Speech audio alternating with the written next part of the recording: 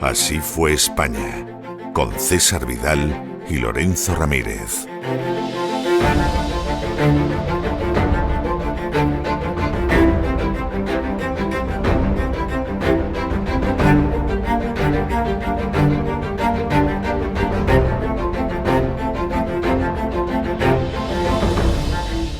Estamos de regreso para dar inicio a ese programa doble y sesión continua que todos los lunes en La Voz dedicamos a la cultura hispánica. Empezaremos, como siempre, con la historia, con el Así fue España y con esa historia que les han ocultado, que no les han contado o que les han contado mal.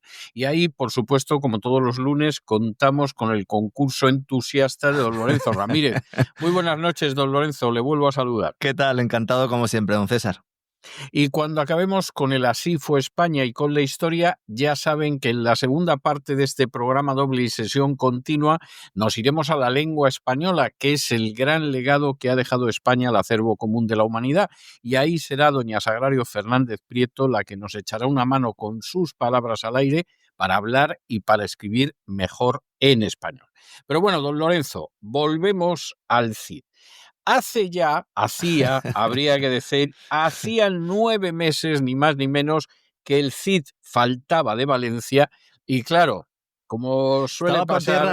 Estaba por tierras riojanas, ¿no? Bueno, había estado en Morella, había estado en Zaragoza, etcétera, y Valencia había quedado como una ciudad que estaba sometida y que era casi medio cristiana, porque, en fin, para que la gente ahora mismo visualice un poco cómo era la Valencia de la época. Al sur de las murallas había un barrio mozárabe que era Rayosa, alrededor de la iglesia de San Vicente Mártir, donde ahí vivían cristianos que estaban sometidos a los musulmanes desde inicios del siglo VIII, es decir, desde que se produce la invasión islámica. Bueno, pues ahí hubo un grupo de mozárabes, de cristianos en tierra del Islam, que se habían mantenido a lo largo de los siglos. Luego, en el arrabal de Ruzafa había también muchísimos mozárabes, muchísimos cristianos, no estaban solo ellos, pero había muchos cristianos también en ese arrabal de Ruzafa. Luego, al norte estaba el arrabal de la Alcudia, donde ahí estaban las mesnadas del Cid, se habían asentado ahí y ahí también estaba el obispo del rey Alfonso. Y luego dentro de la ciudad estaban los musulmanes, donde ahí quien mandaba fundamentalmente era lo que algunos han denominado el Partido Español, bueno, eran los andalusíes que estaban en Valencia, que eran musulmanes, donde además había un almojarife, es decir, un buscabonus, que se llamaba Ben Alfaraj, al que había nombrado el Cid campeador y que se dedicaba a cobrar los tributos del rey campeador y que además, como visir oficial del rey Alcádir, pues verdaderamente era el que mandaba. Esa era la situación, si se quiere idílica, se pagaban los impuestos al Cid, se vivía con bastante tranquilidad, había una convivencia sin ningún tipo de aristas entre cristianos y musulmanes. Alcádir mandaba poco, ¿no? Alcádir mandaba bastante poco. El visir era, ¿no? El visir, que era el que manejaba, ¿no? Que era el que mandaba, bueno, pues ahí evidentemente se sometía al Cid y la cosa funcionaba bien. Pero este aquí que en el sureste de la península aparece Ben Ayisa, del que ya hablamos en su momento. Príncipe almorávide, ¿no? Exactamente, conquista Murcia y Aledo, como contamos en su momento, y claro, en ese momento ya hubo gente que vio a este hijo de Yusuf, que además era un hombre muy piadoso, aparte de guerrero, como la esperanza de la salvación de los musulmanes. Y aquí el partido que hay quien denomina africanista, en realidad eran andalusíes, eran musulmanes, pero realmente estaban bastante hartos del dominio del Cid y bastante hartos del rey Alcácer. Y empiezan a conspirar. Y aquí aparece un personaje absolutamente central, porque además las reuniones de la conspiración se celebraban en su casa, efectivamente, que era Jafar Ben Yehaf el Zambo. Bueno, este era un personaje que además era de rancio abolengo. Es verdad que él era valenciano, venía de una familia valenciana, pero ojo que esta familia venía de la época de la invasión islámica en el siglo VIII y tenía un origen árabe puro, porque este era un yemení. Y claro, aquí aparece toda esa historia que contamos ya hace años, porque es verdad que la contamos hace años, de cómo en la sociedad de Al-Ándalus había una gran división y quien estaba arriba era esa delgada película, porque no nada más que una película muy delgada, de árabes de pura cepa. Esos no eran bereberes, no eran tampoco los maulas, es decir, los hispanos que se habían convertido al Islam, sino que efectivamente pues esta gente eran árabes. Y este estaba muy resentido y viendo cómo estaba Al-Qadir y viendo que quien mandaba era el Cid, pero el Cid llevaba meses que había desaparecido, dijo, bueno, pues ahora es el momento de dar el golpe de Estado. Y entonces, de manera bastante clara, Jafar Ben Yehaf escribe a Murcia al príncipe almorávide Ben Aissa y le dice que si se viene por Valencia, le entrega Valencia. Bueno, Ben Aissa, que sabía que quien no estaba por allí era el Cid. Se hace un Milán del Bosch, casi. Totalmente antes de llegar a Valencia, él se puso en camino y fortaleza delante de la que pasaba, pues fortaleza que se le entregaba. Fíjese usted que se hace con Denia, se hace con Játiva, se hace con Alcira y llega a las puertas de Valencia. Vamos, es que esto parece la ruta turística de la Comunidad Valenciana. O sea, es algo en ese sentido pero que además bastante clásico. Sin mucha batalla, porque los caballeros de Sancho Ramírez salían corriendo. Bueno, y los del Cid, porque en el momento en que los almorávides llegan a Alcira, que estaba a 5 leguas de Valencia, pues los caballeros del Cid, con el obispo del rey Alfonso y con los de Sancho Ramírez, dice, pues aquí lo que hacemos nosotros es que nos vamos inmediatamente. Bueno, el visir, que ve lo que va a pasar, que esto va a acabar en un golpe de Estado, está inquieto, pero ¿cómo estaría la población de Valencia después de que se fueron los caballeros del Cid, que en el momento en el que oyen a lo lejos los tambores almorávides, inmediatamente se produce el golpe de Estado? Hay que decir que en el momento en el que se oyeron aquellos tambores de piel de hipopótamo, que debían de ser, pero de lo más inquietante, la gente empieza a decir que los almorávides vienen a cientos, que hay 500 almorávides, en fin, ya pánico total. La realidad es que eran 20 almorávides, 20, y no había más, pero claro, con 20 almorávides y las ganas que tenían de dar el golpe, pues evidentemente aquí el Zambo aprovecha y da el golpe. Y además vacío de poder, porque el visir en lo que estaba era en intentar poner a buen recaudo el tesoro, ¿no? Exactamente, aunque el que efectivamente tenía todavía más interés en quedarse con el tesoro era el rey Al-Qadir. Sí, que estaba enfermo, ¿no? Que había estado enfermo bastante tiempo, ¿no? El rey Al-Qadir había tenido problemas cardíacos. Tú fíjate lo bien que te viene para un problema cardíaco, un golpe de Estado. Y entonces el rey Al-Qadir dice, bueno, yo aquí no tengo nada claro que con los almorávides, sean muchos o sean pocos, exactamente, no me vaya a pasar algo. Y entonces dice, yo me disfrazo de mujer del harén y me escapo. Y efectivamente, en medio del mujerío del harén, el rey Al-Qadir se disfraza de mujer, consigue salir, cosa nada difícil, porque claro, uno se imagina a las mujeres con un velo que solo les dejaba al descubierto los ojos y vamos, ahí se disfraza, vamos, ahí podéis disfrazado cualquiera, vamos, Pedro Pero es que Sánchez, llevaba incluso las joyas de mujer cualquiera. puestas, llevaba las joyas puestas, ¿no? Ahí está la clave, que efectivamente él tenía mucho interés en salvar las joyas y sobre todo él tenía mucho interés en un ceñidor cuajado de perlas y diamantes que debía de ser la locura. Por cierto, joya este ceñidor de perlas y diamantes que tenía una historia impresionante, porque resulta que 3 siglos antes, que se dice pronto, la sultana Zobeida, que había sido la mujer de Harun al-Rashid, el califa de las 1001 noches, el califa de Bagdad, bueno, había recibido de su regio esposo, de su esposo califal, Harun al-Rashid, este ceñidor. Entonces, en una de estas cosas que suceden, en un momento determinado se produce una revuelta palaciega en Bagdad, saquean los alcázares de Bagdad y el sultán Al-Amin, que era el hijo de Zobeida, es asesinado. Y sus riquezas son llevadas a Córdoba y se le entregan al califa. Con lo cual, evidentemente, vamos, la historia del ceñidor es maravillosa. Pero claro, como todos sabemos, porque lo vimos en su día, en un momento determinado el califato de Córdoba resulta que se viene abajo. Sí. Y cuando se viene abajo, el famoso ceñidor va a parar a manos del rey Mamún de Toledo. Y a su nuera, después, y esa nuera era la madre de Al-Qadir, con lo cual Al-Qadir tenía el ceñidor y estaba loco por salvarlo. Que tenía diamantes, tenía zafiros, perlas, rubíes, en fin, esmeralda, vamos. Aquello parece sí. ser que tenías que verlo con gafas de sol, porque verlo al natural y que con si hubiera la luz estado en el cayendo Louvre sobre lo las habrían robado entrando con por la facilidad, ventana. con facilidad. Esa es la realidad. Bueno, los amotinados logran asaltar el alcázar, matan a 2 cristianos que había a la puerta y que poco pudieron hacer, y inmediatamente le entregan la fortaleza pues a los almorávides de Alcira, mientras se dedican en aquel momento a saquear todo lo que puede.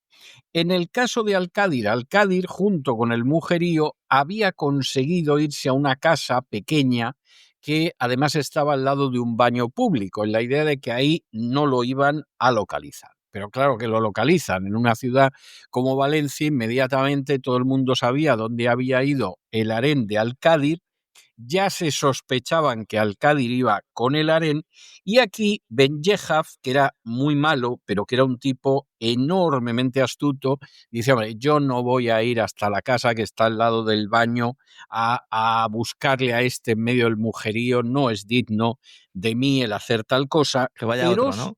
Exactamente.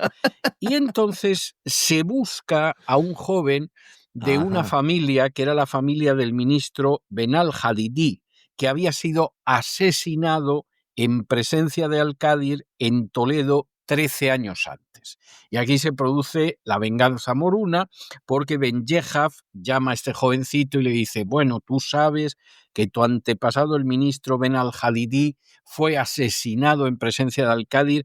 ¿A que no sabes dónde está Al-Qadir? No, no lo sé. Pues está allí, en esa casa, al lado del baño. Bueno, pues a este le faltó tiempo para plantarse en la casa, asaltarla, degollar, por supuesto, Al-Qadir y despojarle de todo. Y en esa noche, del jueves al viernes, del 28 al 29 de octubre de 1092, además, Ben Yehaf recibió el tesoro y recibió las joyas, que estaba encantado de la vida. Mientras la cabeza del otro iba clavada en una pica siendo paseada por las calles de la ciudad, que eso sí que fue un adelanto de Halloween y lo demás tonterías, ¿no? Efectivamente.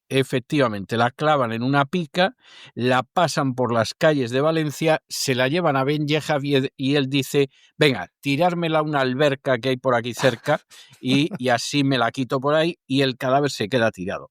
Parece ser que pasó un mercader, especie de buen samaritano, que recogió el cadáver descabezado, lo puso en un lecho sobre sogas y después lo cubrió con una estera vieja y lo enterró sin mortaja fuera de la ciudad. Pero vamos, esto verdaderamente en medio del mes de Ramadán, que como todo el mundo sabe es un mes de ayuno y de penitencia, pero bueno, Ben Yehaf encantado de lo que tenía que hacer. ¿Qué pasa con Ben Yehaf? Bueno, pues el zambo, en cuanto que ve que ha muerto el rey y todo lo demás, dice, aquí realmente el que mando soy yo. Yo tengo un alcaide que es almorávide, que eres Abu Nasir, pero aquí el que mando soy yo. Y una especie de consejo de senado de notables. Sí, había ¿no? una especie de senado de notables, pero aquí el que mandaba era el zambo, que estaba pensando en que con un poco de suerte del senado de notables se pasaba la restauración monárquica y el que iba a ser él iba a ser el rey. ¿Qué pasa con el Cid mientras tanto? Bueno, pues en el momento en el que se produce la rebelión en Valencia, la revolución, al Cid le avisan e inmediatamente el Cid dice, bueno, yo me planto en Valencia y voy a poner orden porque efectivamente yo no puedo consentir que al Cádiz lo maten, que dejemos de cobrar los tributos, que incluso la situación de los cristianos se ponga muy difícil por la cercanía de los almorávides. Y a marchas forzadas se pone en camino hacia Valencia, pero cuando va de camino le dicen, mira, al Cádiz ya lo han matado y los almorávides han entrado en la ciudad. Incluso el Cid se encuentra con que gente que era de la corte de Alcádir va huyendo, se encuentra con él, le cuentan todo lo que sucede y cuál es la situación.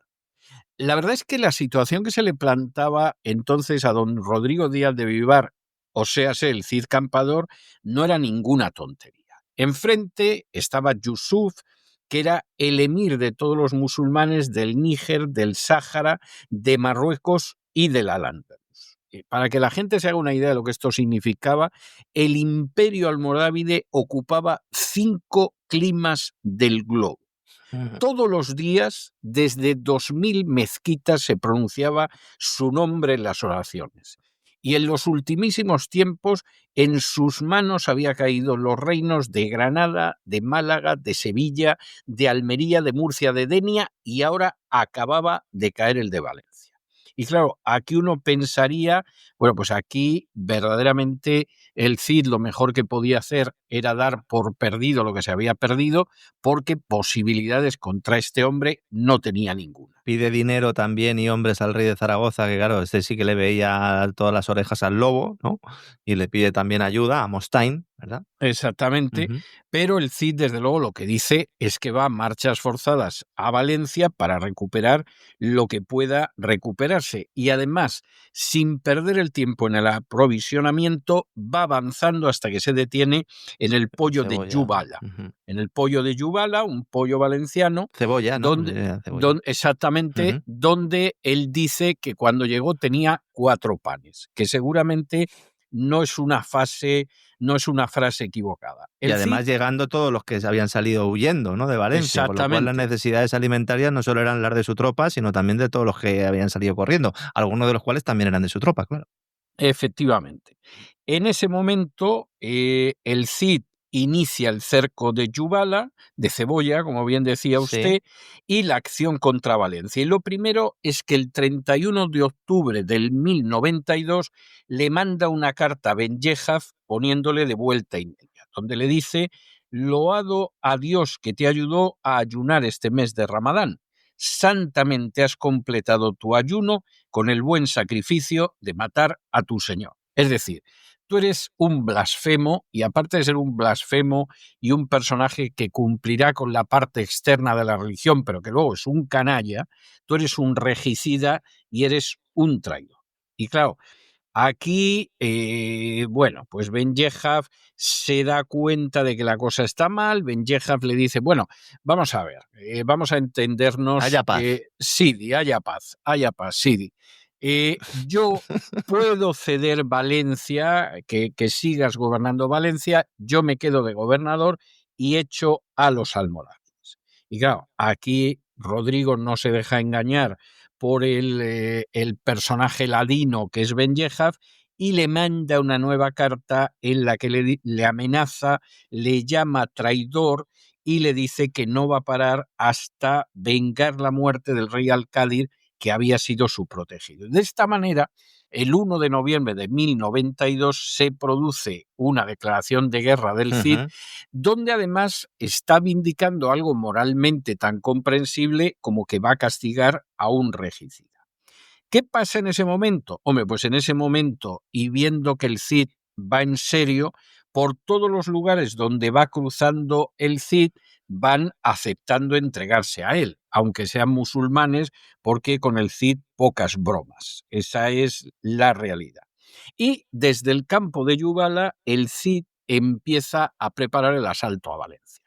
Empieza a hacerlo con medidas económicas, diríamos hoy. Claro. Es decir, asaltaba la huerta de Valencia 2 veces al día, por la mañana y por la noche. Ya llegaba un momento en el que directamente los alcaides se lo entregaban ya antes de que hubiera follón. Sí. Exactamente. Es decir, bueno, él insistía en que no les hicieran nada a los huertanos porque de algo había que comer, pero se llevaba todos los ganados y todos los siervos que podía capturar, con lo cual la situación de Valencia era difícil. El asedio de Yubala se convierte en un asedio completo.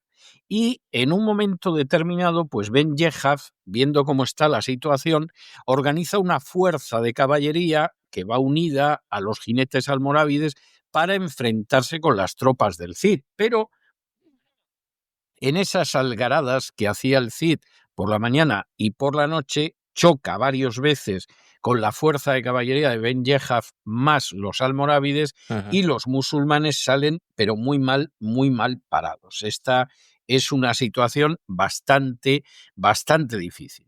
El alcaide almorávide, que se daba cuenta de que Ben Yehaf era, pero lo menos aceptable que había, empieza a trabar una alianza con una familia notable de Valencia, que eran los Beni Wejib. Los Beni Wejib insistían en que ellos eran árabes caisíes.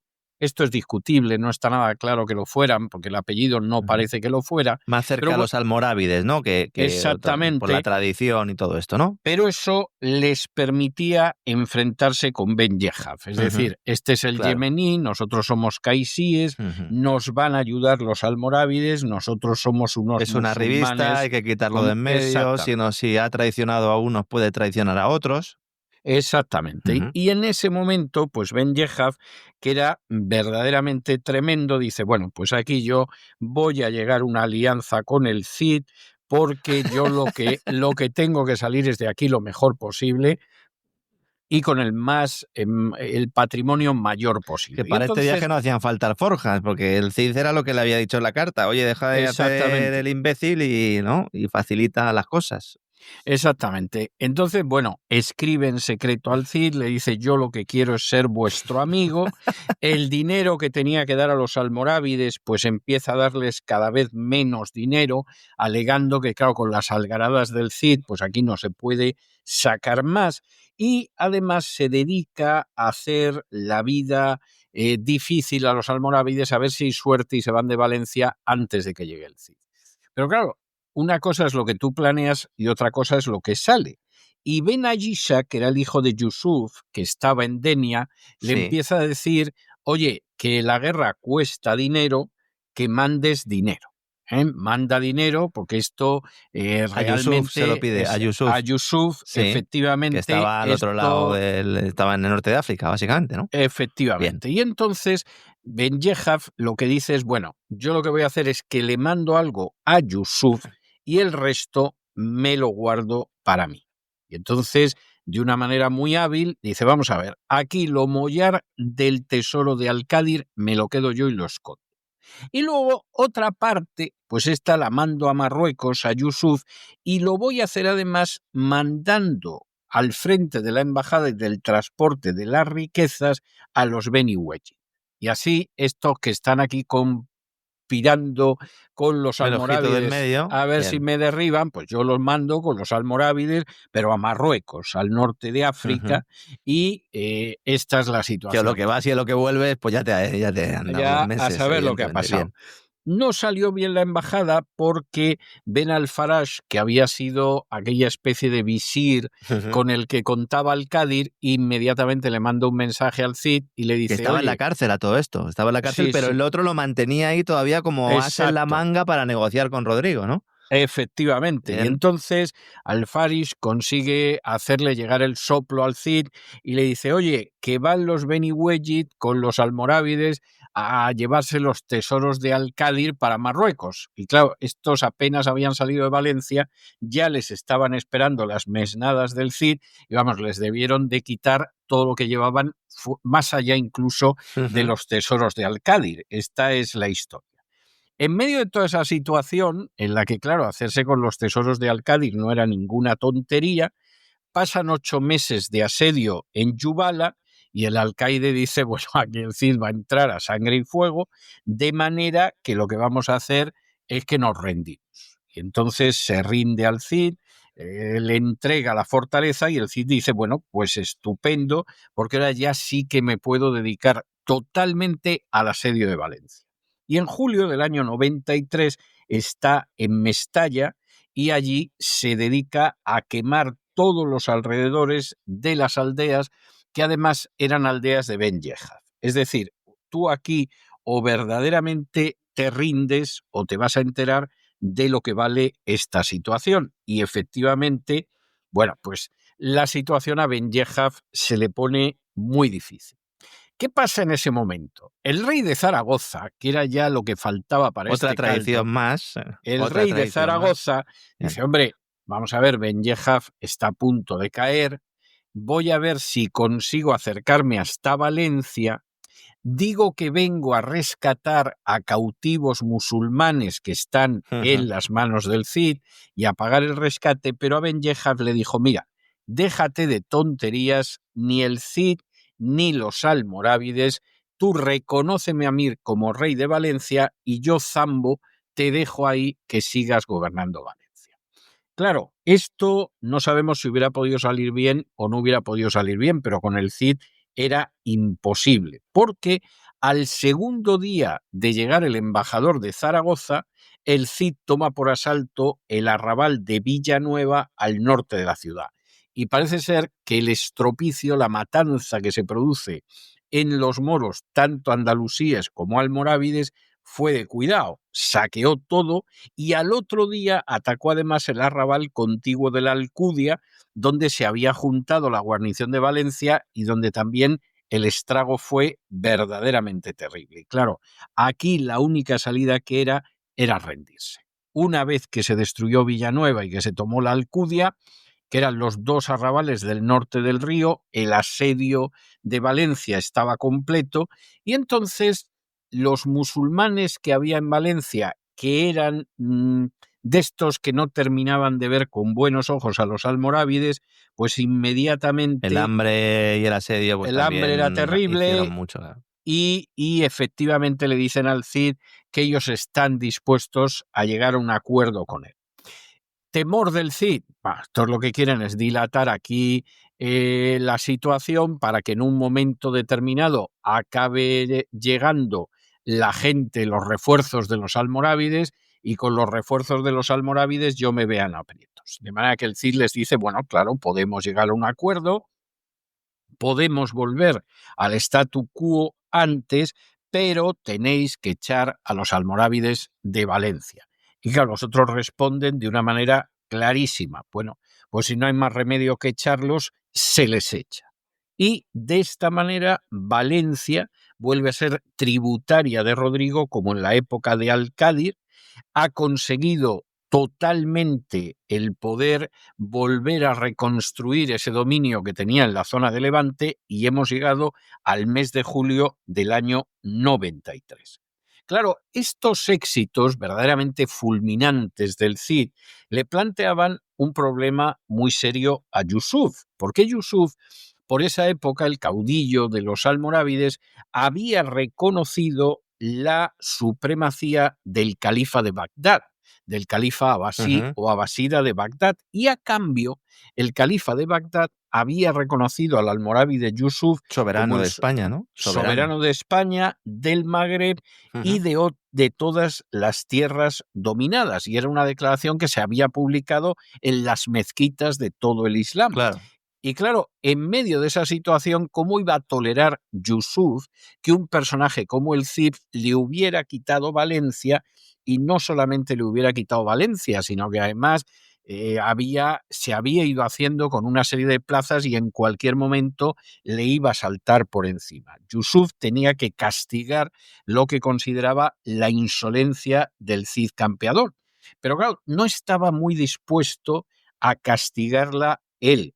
Entre otras cosas porque tenía miedo de que ese éxito enorme que había obtenido en la batalla de Sagrajas años atrás, pues ahora no fuera a obtener lo mismo, y él repetía bastante aquello de que las victorias son dones, regalos muy señalados de Allah, y yo ya he obtenido una demasiado grande. A ver si Allah no me va a regalar más victorias y nos vamos a encontrar en una difícil situación. Y ciertamente la situación de Yusuf no era fácil. Por un lado, tenía que responder al Cid y hacerlo de manera contundente. Por otro lado, maldita la gana que tenía el de volver por cuarta vez a España, ya con más años y sin saber cuál iba a ser el destino de la situación. Lo que sucedió, Dios mediante, lo veremos la semana que viene, si a usted le parece, don Lorenzo. Perfecto, don César. La verdad es que apasionante. Cerramos así un círculo que empezamos hace 4 o 5 programas, ¿verdad? Cuando yo ya le decía, había uno que se llamaba El Zambo y me dijo usted, tranquilo, que vamos a hablar largo y tendido. Ya llegaremos. Y la verdad es que, bueno, absolutamente apasionante, un placer acompañarle. Y como siempre he aprendido mucho. Y me lo he pasado bien, que al final yo creo que es el secreto de esto, ¿no? Se nota que nos gusta y lo disfrutamos. Sí. Y lo disfrutamos mucho. Bueno, estamos haciendo un recorrido por Valencia que vamos, que parece que estamos a sueldo de la Generalidad Valenciana, cosa que no es cierto. Sucede con otras radios y eso, sí, pero sí. No es el caso nuestro, esa es la verdad. Lo hacemos por amor a España y todo eso. Pues un abrazo muy fuerte y hasta mañana, don Lorenzo. Fuerte abrazo, don César. Hasta mañana.